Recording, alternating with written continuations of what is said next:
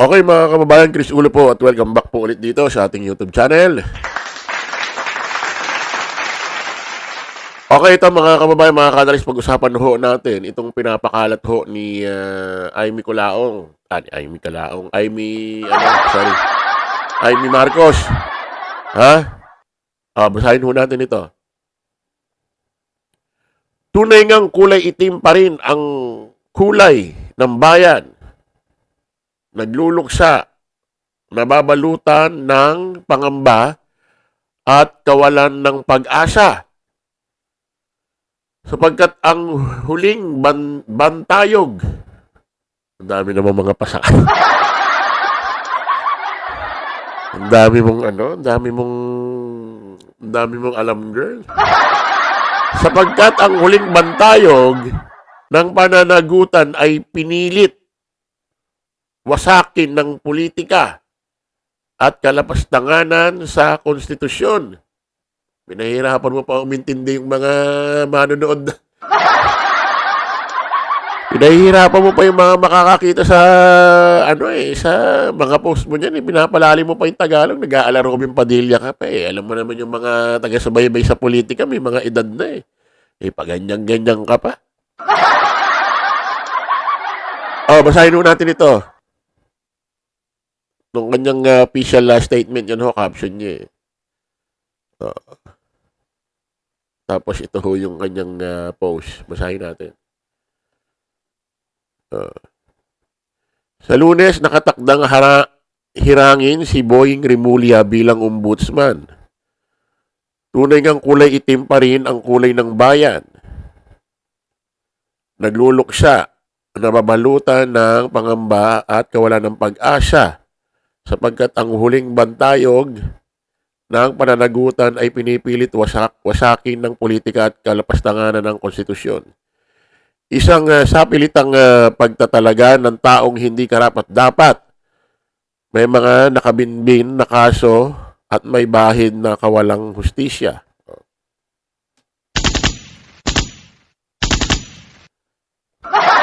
Mga kababayan, si Sigboy Rimulya raw, ngayong araw ho ng Lunes, itatalaga na ho raw ho bagong ombudsman, ha? Kasi ho, yung namumuno ngayon dyan, yung acting ombudsman ngayon, dyan, alam ko nga, bata ni Digong yun eh. Hindi raw karapat-dapat yun. Syempre, hindi talaga karapat-dapat yan sa paningin mo. Dahil kalaban nyo sa politika yan. Ganun lang naman yun eh. Dito naman sa side na to, sa amin, pagka halimbawa ang in-appoint dyan, kakampi nyo, hindi na, sa paningin naman namin, hindi naman karapat-dapat yan. Ganun lang naman yan. Diba? Okay, kasi nga, sabi raw may kaso ito. May kaso kasi, kinasuhan mo. Kinasuhan mo na ibinasura naman ng ombudsman. Kinasuhan ho kasi ito ni Senadora Amy Marcos, si Sigboy Rimulya. Sino pa ito? Sigboy Rimulya, General Torre, nung panahon ay siya CIDG. Hindi, nung sa Davao. Regional Director yata ng Pro 11. Then, itong si dating PNP Chief Marbil, Romel Marbil. Sino pa? Itong si DILG, Secretary John B. Rimulya, kung hindi ako nagkakamali. Ewan ho natin kung may katotohanan nito. Ha? Sa akin naman, okay sa akin to. Pabor sa atin to. Especially ayaw natin sa mga DD shit. Basta ikakalugmok ng mga Duterte, ng mga DD shit, okay sa atin. Okay sa akin. Kung ikakapabor ng administrasyon, especially kay Pangulong Bongbong Marcos, okay sa akin. Ewan nga lang natin ho kung may katotohanan ho ito kasi ito ho si Amy Marcos, may mga laro ito, may mga play ito. May mga technique ito eh. Marahil, maaari na kaya niya ginagawa ito, gusto niyang mausog para hindi mangyari. Kasi paano kaya niya nalaman yan? Di ba? Paano kaya niya nalaman yan? Saan kaya galing yung kanyang pahayag? Nakalagay pa official statement. Kasi ito si Amy Marcos, minsan nakaagawa ho ng fake news ito eh. May mga balitang fake news ito. Naalala niyo dati may ginawang pahayag ito? May ginawang live ito sa kanyang FB page, kanyang social media platform. Nag-live ba naman? Sabi may mga missile na raw na nakatutok dito sa iba't ibang lugar ho ng Pilipinas. Mga nakatutok na raw yung mga missile daw ng China. Naalala niyo yun? O, nangyari ba? Nakatutok na raw.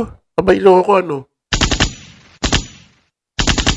O, wala naman hong nangyaring ganon. Okay, ngayon, mga kababayan, kung sakasakali naman, talaga, maganda nga mangyari itong post mo. Hindi ko kasi natin alam kung anong hangarin itong post niya, kung sinasabi niya ba ang katotohanan na talagang ngayon, si Boying Rimulya may tatalaga ng bilang bagong ombudsman or may laro ito, may play. Meron lang technique ito kung bakit niya ipinost yung ganito. Pero kung mangyayari ito, okay sa atin. Bakit? Kasi nga mga kababayan, unang-una, ito, pag ikaw kasi naging ombudsman, pag ikaw naging ombudsman, 7 taon to.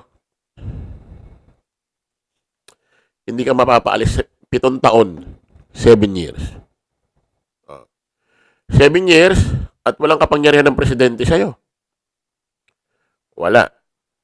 Tapos, kapag si Boying Rimulya na ang naging ombudsman, itong impeachment trial ni BP Inday Sara Duterte, kahit hindi na pinag-uusapan sa Congress, especially dyan sa Senate, bilang impeachment trial, pwede ho pakilaman ng ombudsman.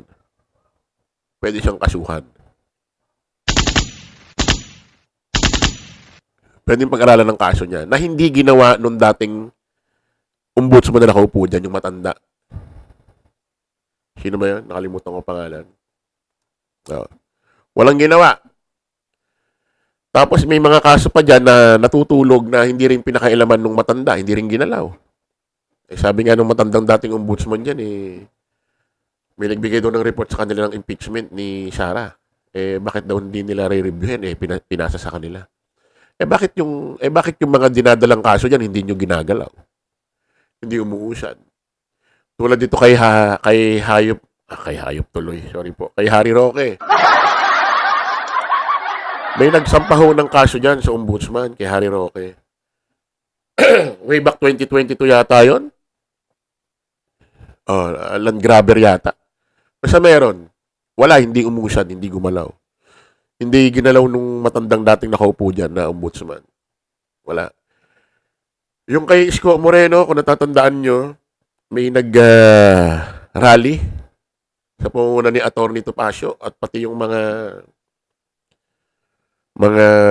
kasama niyang vendor about yata sa pagbebenta ng Divisoria. Nag-rally sila kasi bakit di raw umuusad. So, ibig sabihin, kapag ito si Boying Rimulya ang nakapwesto na dyan bilang ombudsman, baka pakialaman niya etong kaso ho ni BP Inday Sara Duterte na hindi na umusog dyan sa impeachment trial niya sa Senado. May kapangyarihan kasi ho siya dyan. At baka yung mga binbinhong kaso dyan na hindi man lang gumalaw, hindi man lang ho gumagalaw, hindi man lang ho umuusad, baka umusad, gumulang na ngayon. Na hindi nangyari ho yan sa dating nakaupong ombudsman, yung matanda, nakalimutan ko lang pangalan. Yung matanda, ano bang ginawa mo dyan nung nakaupo ka? Ano ba naging ano mo dyan? Ano ba naging achievement mo dyan? Wala ka man lang yatang nakakasuhan kahit isa. Ibig sabihin ba magmula nung naupo ka sa 7 taon lahat ng politiko matino. Wala ka man lang yatang na. Pwede mo kasi silang may kapangyarihan ko kasi ang ombudsman, mga kababayan, na sila mismo ang magkaso. So, tingnan natin kung mangyayari ito. Pakinggan ho natin ito. Actually, wala pa namang balita na talagang Ganon, no? May mga binalita ito about kay Sek Boying Remulla, pero ang batayan lang din yung kay Amy Marcos. Pakinggan natin. Nang iproklama si Justice Secretary Boying Remulla bilang susunod na ombudsman, ayon yan kay Senator Amy Marcos. Sa isang social media post, sinabi ng senador na tunay raw na itim ang kulay ng bayan. Isang sapilitang pagtatalaga umano ang pagproklama kay Secretary Remulla dahil aniya hindi raw siya karapat-dapat at mayroon pang nakabinbing kaso. Unang sinabi ni Remulla na nasa Judicial Bar and Council na ang kanyang clearance kaugnay ng nakabinbid niyang kaso. Agad ding pinabulaanan ng Supreme Court ang statement ni Marcos at sinabing wala pang shortlist na pagpipilian ng Pangulo kaugnay sa susunod na ombudsman. Bukas na raw Yung ginawa kong pag-post ho ni Amy Marcos, pinabulaanan ho yan ng Supreme Court. Wala pa raw hong katotohanan yan na kesyo ngayong Lunes, maa-appoint na si Boying Remulla bilang ombudsman. Hindi natin alam kung bakit ginagawa ni Amy Marcos yan. Baka meron lang laro ito. Maraming laro ito. Maraming humplay ito. Maraming itsura ito si Amy Marcos. Maraming, ang ugali nito, itsura nito, karakter nito, may paharap, may patagilid, may pabitin, may padapa, may pahiga. Marami yung karakter yan. Kumbaga, alam niyo ba yung cartoons na Ghost Fighter? Yung nakakalaban ho ni Eugene, si Sensui. May pitong katauhan. Yan, parang ganyan niya si Amy.